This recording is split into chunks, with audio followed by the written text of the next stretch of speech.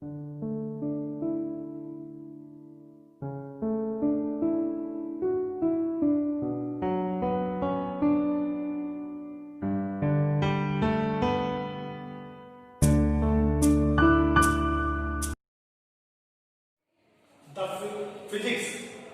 के अंदर जो पहला लेसन है फिजिकल वर्ल्ड, ये वैसे तो कोर्स है जो 30% कोर्स कम हुआ है 11th में, उसमें ये क्वेश्चन लेसन चला गया है, लेकिन क्योंकि ये लेसन इंट्रोडक्शन है कहीं ना कहीं पूरे 11th क्लास की फिजिक्स का, इसलिए मैं इसमें कुछ बेसिक चीजें आपको समझा रहा हूं, उसे बहुत ध्यान से समझिएगा। फिजिक्स वर्ल्ड में पहला जो टॉपिक आता है वो टॉपिक ही है व्हाट इज फिजिक्स। तो फिजिक्स क्या है? अब physics is the phenomena of all surrounding our earth, अर्थात हमारे पृथ्वी पर या हमारे वर्ल्ड में, हमारे संसार में आसपास की होने वाली सभी घटनाओं का अध्ययन ही फिजिक्स, यानी हमें जो दिखाई देता है आसपास की जानकारी, उसका अध्ययन ही फिजिक्स कहलाता है। फिजिक्स की अगर मैं फिर बोल रहा हूं, the phenomena of all worlds process is called या नॉलेज इज कॉल्ड फिजिक्स। इन सारे परिघटनाओं का अध्ययन फिजिक्स कहलाता है। फिजिक्स की सेकेंड डेफिनेशन ये कहलाती है व्हाई एंड हाउ। आप किसी भी चीज को देखो और आप ये क्वेश्चन करो व्हाई, ये कैसे हो रहा है, ये क्यों हो रहा है, बस इसी क्वेश्चन से ही फिजिक्स का जन्म होता है और तभी आप उस टेक्नोलॉजी को समझेंगे। एक छोटा सा एग्जांपल के तहत मैं आपको फिजिक्स के अंदर उन सारी चीजों को समझाने की कोशिश करता हूं और बहुत क्लियरली बताने की कोशिश करता हूं कि असल में फिजिक्स है क्या। बहुत ध्यान से सुनिएगा, बहुत क्लियरली आपको समझना है। आप सपोज करिए एक आसाम में एक गांव है और वहां पर एक आदिवासी कबीला है जिन्हें बिजली के बारे में पता है, इलेक्ट्रिसिटी के बारे में पता है। अगर उन्हें इलेक्ट्रिसिटी के बारे में नहीं पता है, यानी उनके पास, उनको ना कूलर, ना फ्रिज, ना टीवी, ना फोन, कुछ भी नहीं पता, यानी वो आज भी उस आदिमानव काल में जी रहे हैं जैसे लोग पहले जीते थे। जाहिर सी बात है, ऐसे लोगों में से एक व्यक्ति निकला, वो आसाम के राजधानी दिसपुर गया और दिसपुर से वो दिल्ली गया। दिल्ली में उसने किसी फैक्ट्री में काम किया, फैक्ट्री में काम करके उसने बहुत सारे पैसे कमाए। फिर उस दिल्ली से उसने सोलर पैनल खरीदा और सोलर पैनल के साथ उसने टीवी, फ्रिज, कूलर, हर चीज खरीदा और वो ट्रक के माध्यम से उसे अपने घर पर लाया। गांव में वो झोपड़ी जैसा घर होते थे, उसने अपने झोपड़ी जैसे घर पर उस चीज को सोलर पैनल लगाया और अपनी टीवी भी अपने घर के अंदर लगाया। दिन में जब सूर्य का प्रकाश पड़ा, सूर्य का प्रकाश पूरे गांव में पड़ रहा था, सब पर पड़ रहा था, लेकिन जैसे ही रात में चारों तरफ अंधेरा हो गया, उसके घर में बल्ब जलने लगा, फैन चलने लगा, कूलर चलने लगा, टीवी चलने लगा। वो कैसे हुआ? असल में जो सूर्य का प्रकाश चारों तरफ पड़ रहा था, उसमें से जो सोलर पैनल था उसने सूर्य के प्रकाश को ऑब्जर्व किया और सनलाइट को ऑब्जर्व करके उसने सोलर बैटरी में सोलर एनर्जी के थ्रू इलेक्ट्रिक एनर्जी को कन्वर्ट किया और इलेक्ट्रिक एनर्जी से अलग अलग फॉर्म में एनर्जी कन्वर्ट हुई। जैसे फैन चलाने के लिए मैकेनिकल एनर्जी यूज हुई, लाइट जलाने के लिए लाइट एनर्जी यूज हुई इलेक्ट्रिकल एनर्जी से, साउंड के लिए स्पीकर से साउंड एनर्जी प्रोड्यूस हुई इलेक्ट्रिकल एनर्जी से। ऐसे ही अलग अलग फॉर्म में एनर्जी कन्वर्ट होती गई और वो सारी चीजें आज उसकी लाइफ बहुत बेटर हो गई और वो बेटर लाइफ जी रहे।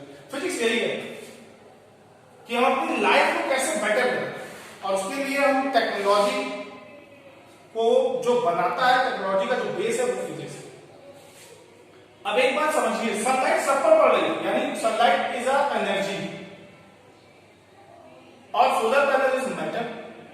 जब तक मैटर के अंदर एनर्जी ऑब्जर्व नहीं करेगा, विदाउट मैटर एनर्जी अनयूज। आप एनर्जी का यूज नहीं कर सकते। जैसे ये देखिए, सोलर पैनल हर जगह पड़ रहा था लेकिन कोई उसका यूज नहीं कर पा रहा, लेकिन इलेक्ट्रिसिटी का सब कर पा रहे हैं। क्यों? क्योंकि वो एक सोलर पैनल मैटर के अंदर आता है। तो फिजिक्स में हमारे दो टॉपिक डिवाइड हो जाते हैं, एक मैटर होता है और एक एनर्जी होता है। हम कहीं ना कहीं इन्हीं मैटर और एनर्जी के बारे में पढ़ते हैं और इसी की फुल नॉलेज गेन करते हैं और इसी की फुल नॉलेज गेन करके जो हम कलेक्ट करते हैं वही फिजिक्स है, वही टेक्नोलॉजी। अगर मैं बात करूं सबसे पहले मैटर की, तो मैटर 3 टाइप्स के होते हैं, solid, liquid and gas. Solid अगर मैं मैटर की बात करूं और मैटर की डिफिनेशन की बात करूं तो आप लोग छोटी क्लासों में पढ़े होंगे कि which portion, which substance, which particle, आप कुछ भी कह सकते हो, which substance, which particle has mass, volume, weight and density. अर्थात किसी भी पदार्थ का अगर भार हो, आकार हो, आयतन हो तो वह पदार्थ कहलाता है, वह द्रव कहलाता है। हिंदी में से द्रव। अब इसी में तीन तरह के होते हैं, ठोस, द्रव, गैस। ठोस जिसका आकार, आयतन, भार निश्चित हो, बहुत पहले से पढ़े हो, जिसका वेट, वॉल्यूम, साइज फिक्स हो।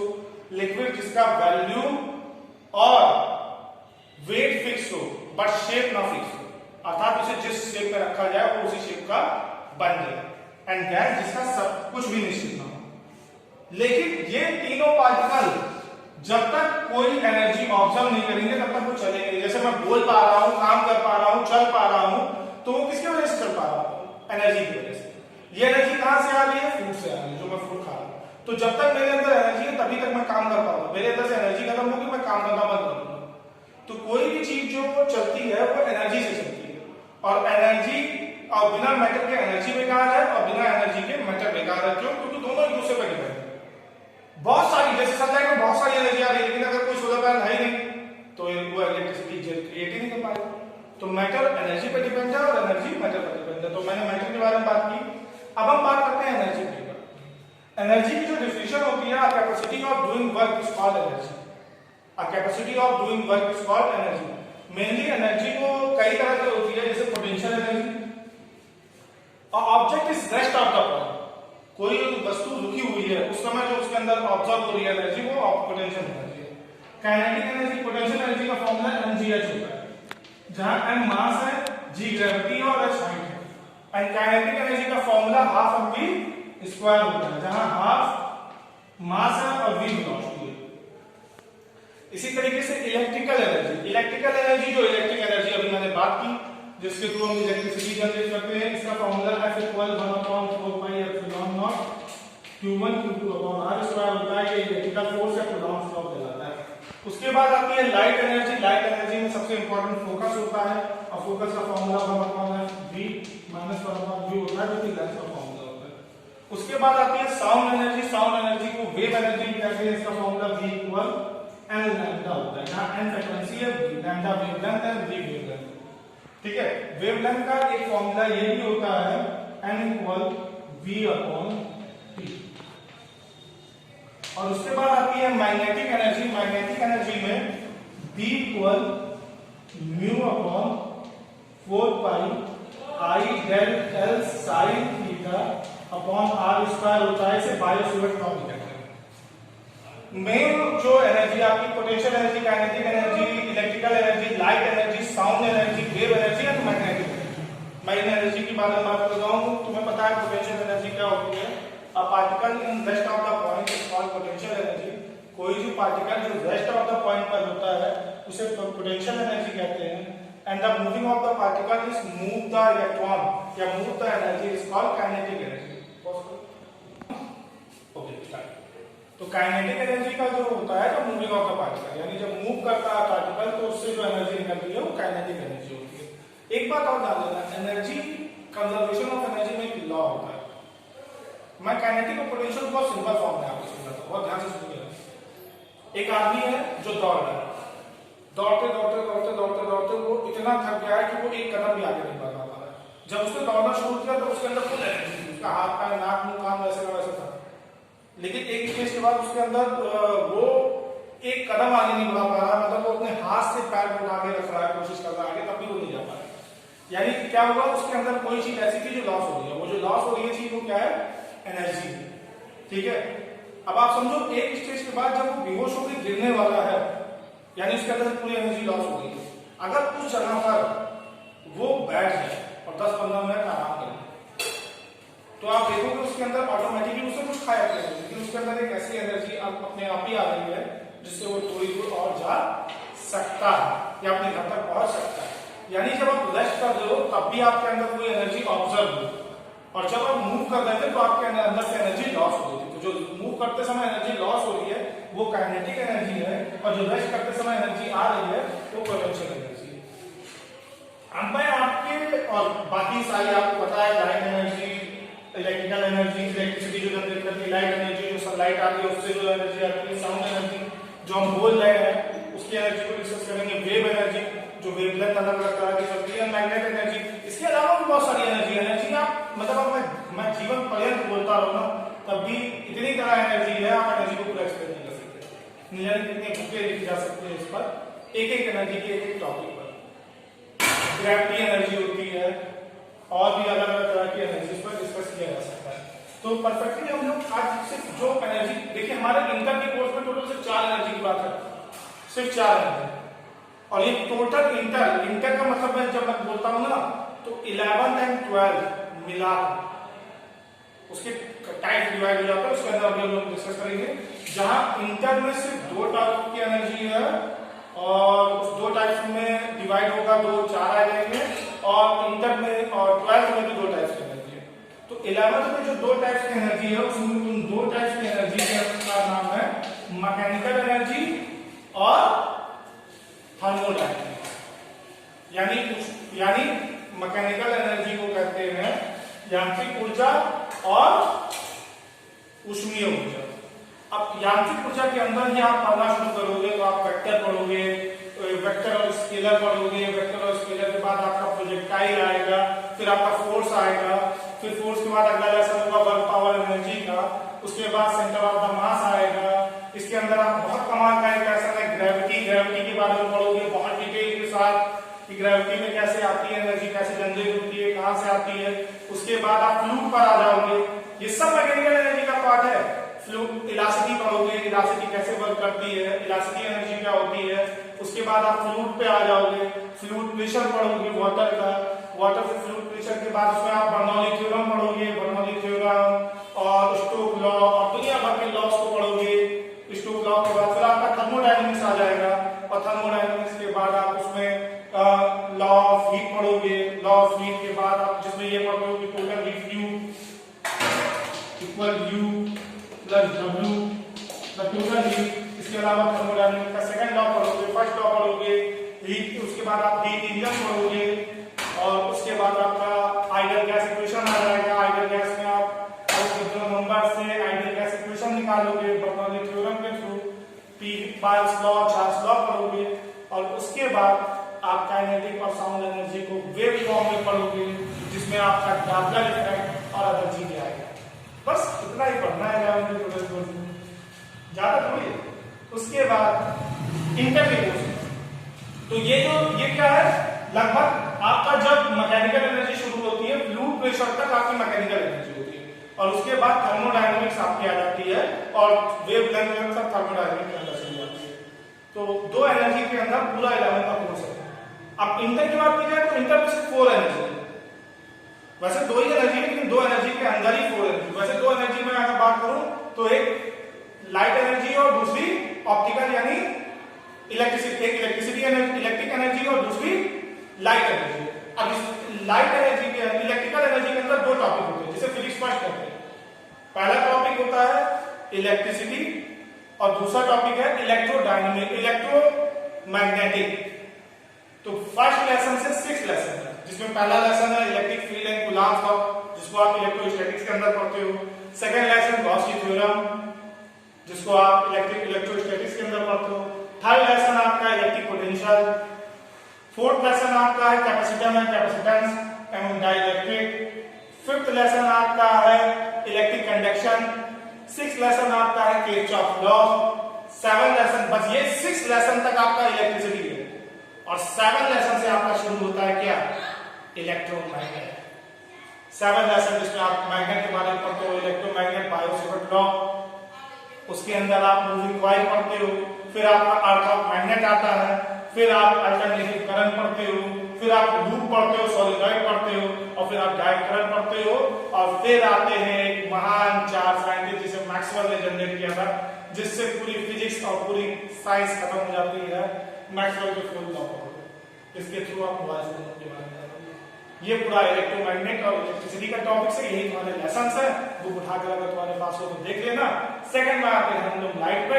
लाइट के अंदर हम लोग जब डिस्कस करते हैं तो लाइट के अंदर आप बेसिक ऑफ लॉ लेंस के बारे में पढ़ते हैं, उसके बाद 1/f/u/v के बारे में पढ़ते हैं, उसके बाद आप लोग लेंस के डिफरेंट फॉर्म पढ़ते हो, कॉन्वेक्स लेंस कॉन्केव लेंस में डेरिवेशन करते हो जिसमें आप फॉर्मूला पढ़ोगे n-1/r=v-n/u। फिर आप प्रिज्म पढ़ोगे, प्रिज्म का डेरिवेशन करोगे जिसमें आप n = sin del m + a/2/sin a/2 पढ़ोगे। उसके बाद प्रिज्म के बाद आप अगला लेसन पढ़ोगे टेलीस्कोप एंड माइक्रोस्कोप। टेलीस्कोप और माइक्रोस्कोप के बाद आप पढ़ोगे हाइगेंस लॉ, और हाइगेंस लॉ की डिटेल्स को समझने के साथ आप घुस जाओगे पोलर फॉर्म में, और पोलर फॉर्म के साथ फिर आ जाएगा न्यूक्लियस, और न्यूक्लियस के अंदर आप फिर इलेक्ट्रोफ्यूजन, फ्यूजन, सन कैसे एनर्जी जनरेट करता है, एटॉमिक बम कैसे बनते हैं, न्यूक्लियर फिजन से हाइड्रोजन बम कैसे बनते हैं, उसके बारे में डिस्कस करोगे। फिर आप आ जाओगे सीधे सेमीकंडक्टर पर। सेमीकंडक्टर में आप एनटीपी पढ़ोगे जिससे आप मोबाइल फोन से चिप टेक्नोलॉजी ये सब कैसे डेवलप होती है, डायोड्स एंड डायोड्स के बाद टर्मिनल एंड टर्मिनल के डिफरेंट स्टेज पढ़ोगे, और फिर आपकी इंडक्टिव फिजिक्स खत्म हो जाएगी। और ये एक तरह से इसीलिए मैंने ये बोला क्योंकि ये कोर्स है तुम्हारा, और यही मैं समझाना चाह रहा था कि ये इंट्रोडक्शन है, और ये दोनों चीजें किस पर डिपेंड करेगी, मास और एनर्जी। जैसे मैंने कहा सिर्फ 4 एनर्जी को बोलना है, और 4 एनर्जी तुम्हारी 11 और 12 दोनों तरह की बुकों को खत्म करती है। 4 एनर्जी मैकेनिकल, फिर मैं बोल रहा हूं मैकेनिकल एंड थर्मोडायनेमिक्स 11th में, और electricity and light optical 12th में। ये 4 एनर्जी सिर्फ तुम्हारे 11th और 12th में पढ़ने होंगे, लेकिन इसी का डीपली नॉलेज डिस्कस करते करते नॉलेज 22-25 ऐसा बनते हैं। ओके, चलिए स्टूडेंट, अब हम देखते हैं फिजिक्स कैसे काम करता है। आप देखिएगा फिजिक्स में ये जो हम लेसन 2 है यूनिट एंड मेजरमेंट, अब हम इसके बारे में डिस्कस करेंगे, और इसके अंदर हम बात करेंगे कि कैसे लेसन कैसे वर्क होगा। लेकिन उससे पहले मतलब फिजिक्स के बारे में क्या चीज है, हमने फिजिक्स में बहुत कुछ डिस्कस किया, आज मैं आपको समझाने वाला हूँ फिजिक्स में कैसी चीजें होती है और कैसे काम होता है। आप अगर ये एग्जांपल प्रॉपर वे में समझ पाए, ये मैं एक कुछ एग्जांपल टाइप में दे रहा हूँ, शायद तुम प्रॉपर वे में समझ जाओ और शायद नहीं, लेकिन अगर समझ गए तो मैं गारंटी दे रहा हूँ कि फिजिक्स में कोई प्रॉब्लम नहीं। बहुत ध्यान से, सपोज करो ये ए पर्सन है, ये सुमन है, ये शगुन है, ए एंड बी 2 पर्सन है, और वो चेस खेल रहे हैं। ये 2 लोग चेस खेल रहे हैं, एक लड़की एक गर्ल्स है जो नीचे से इन्हें देख रही है, और ये उसकी मदर है, और वो लड़की मदर को बता रही है। तो जब ये चेस खेल रहे हैं, इसने अपनी चाली चाल चली, सिपाही को यहां से उठाकर यहां बढ़ाया, इसने भी वही देखा, इसने भी इसी तरह से वही देखा।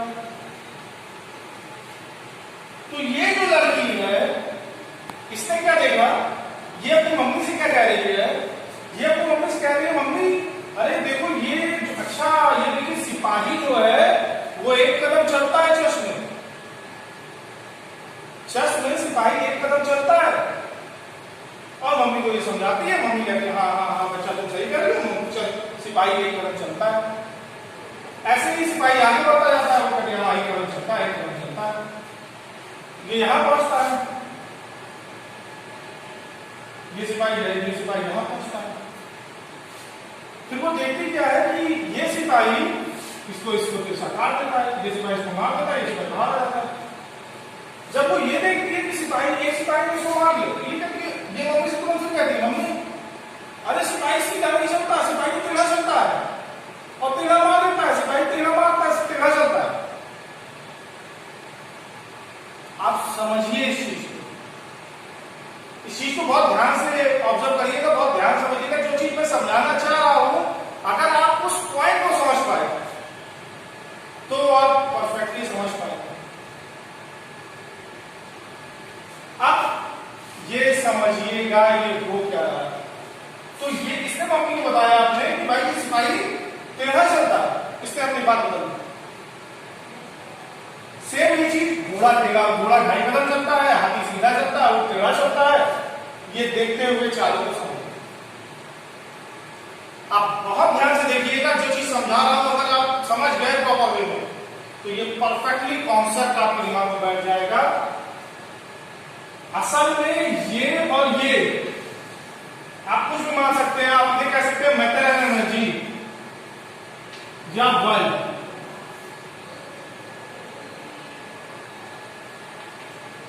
आप इसे मैटर और एनर्जी करिए, और ये जो स्ट्रक्चर है पूरा आपका, ये है पूरा वर्ल्ड यूनिवर्स।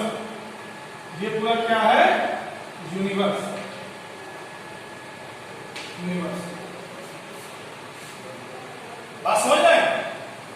ए मैटर है, बी एनर्जी है, और ये जो चस है पूरा, ये क्या है? यूनिवर्स है आपका। ये जो गर्ल्स है ना, ये है साइंटिस्ट।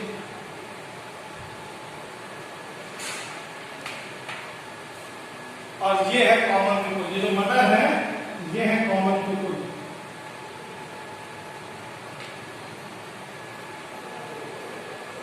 फिजिक्स में होता क्या है, अब आप समझिए इसे। ये जो साइंटिस्ट है वो देख रहे हैं चस को, यानी यूनिवर्स को, और उसमें वो देख रहे हैं मैटर और एनर्जी की चाल। मैटर और एनर्जी कैसे वर्क कर रहा है, और मैटर और एनर्जी के वर्किंग प्रोसेस को वो समझ रहे हैं, और उसके अकॉर्डिंग वो लॉ बनाते हैं। Law and equation. मैटर और एनर्जी के कॉन्सेप्ट को यूनिवर्स में वो समझकर कि मैटर और एनर्जी कैसे कुछ चल रहा है, सिपाही घोड़ा चल रहा है, तो वो उसे समझ रहे हैं। ये लड़की समझ रही थी ना, आपने देखा कि लड़की कहने की मम्मी ये ऐसे चल रहा है, ऐसे चल रहा है, तो वो साइंटिस्ट है। आप समझिए इस चीज को, साइंटिस्ट इसे समझते हैं और इसके अकॉर्डिंग बनाते हैं लॉ, कि ये ऐसे हो रहा है। Law of conservation, law of mass, law of energy, law of different types of connectivity, law of momentum. इसमें से कुछ भी हम लोगों ने नहीं बनाया, सब पहले से बना। इसे ऑब्जर्व करने के बाद साइंटिस्ट इसे ऑब्जर्व करते हैं, उसके लिए लॉ बनाते हैं, और फिर बताते हैं दुनिया को। लोग कह रहे हैं ना मम्मी को, फिर दुनिया को बताते हैं कि देखिए ये लॉ है, आपको ये पढ़ना है, आपको ये इक्वेशन याद करनी है, आपको ऐसे करना है। लेकिन ये परमानेंट नहीं है।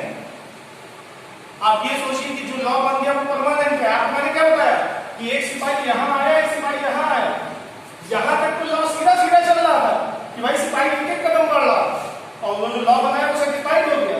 लेकिन यहां सिपाही आती उसके मारा पीछा, तो फिर क्या हुआ? लॉ चेंज होगा, एग्जाम्पशन आ जाएगा, अलग अलग एग्जाम्पशन पे अलग अलग बातें होंगी, फिर नया लॉ बनेगा पीछा मारने के लिए, और वहां साइंटिस्ट को सेटिस्फाइड करने के लिए, और फिर वो नया लॉ साइंटिस्ट बनाएगा, और फिर दुनिया को कहेगा कि ये देखिए ये लॉ ऐसे नहीं ऐसे होगा। आप ये समझ पा रहे हैं? आप जो एग्जैक्ट चीज मैंने बोली है, ये चस मैंने क्यों बनाया? इसीलिए कि मैं आपको समझा सकूं कि मैटर और एनर्जी यूनिवर्स में आपस में कोलाइड होते हैं, टकराते हैं, अलग होते हैं, जुड़ते हैं। साइंटिस्ट उसे ऑब्जर्व करता है, और उसे ऑब्जर्व करके वो बनाता है लॉ, और उस लॉ को वो दुनिया को बताता है, बुक में छापता है, और वो लॉ बनते हैं, और खुद समझता है। अब खुद कैसे समझेगा? जब वो कुछ बनाएगा ना, कुछ मान लेगा, सपोज कर लेगा, और जब वो उस चीज को सपोज करता है, जिस चीज को ये इस पूरे कॉन्सेप्ट को समझने के लिए जो वो सपोज करता है, उस सपोजिंग वैल्यू को कहते हैं फिजिकल क्वांटिटीज। क्या कहते हैं? फिजिकल क्वांटिटीज, भौतिक राशियां, जो वो साइंटिस्ट इस चीजों को समझने के लिए और नियम और लॉ बनाने के लिए यूज करता है, और दुनिया को समझाने के लिए। समझ पाए तो मैं बताने की कोशिश कर रहा था। और जैसे अभी अभी हमने देखा, फिजिकल क्वांटिटीज जो साइंटिस्ट मेजर करते हैं, जिसके थ्रू साइंटिस्ट डिस्कवरी करते हैं, उन्हें फिजिकल क्वांटिटीज कहते हैं। तो फिजिकल क्वांटिटीज क्या होती है? Any quantities whose phenomena measure in this universe is called physical quantity। यानी इस पूरे ब्रह्मांड को जिस भौतिक राशियों से नापा जाता है उसे भौतिक राशि कहते हैं। परफेक्टली समझ में है? किसी को कोई डाउट नहीं है? रुक जाइए। फिजिकल क्वांटिटीज 3 टाइप्स की होती है। Fundamental physical quantities, dry physical quantities and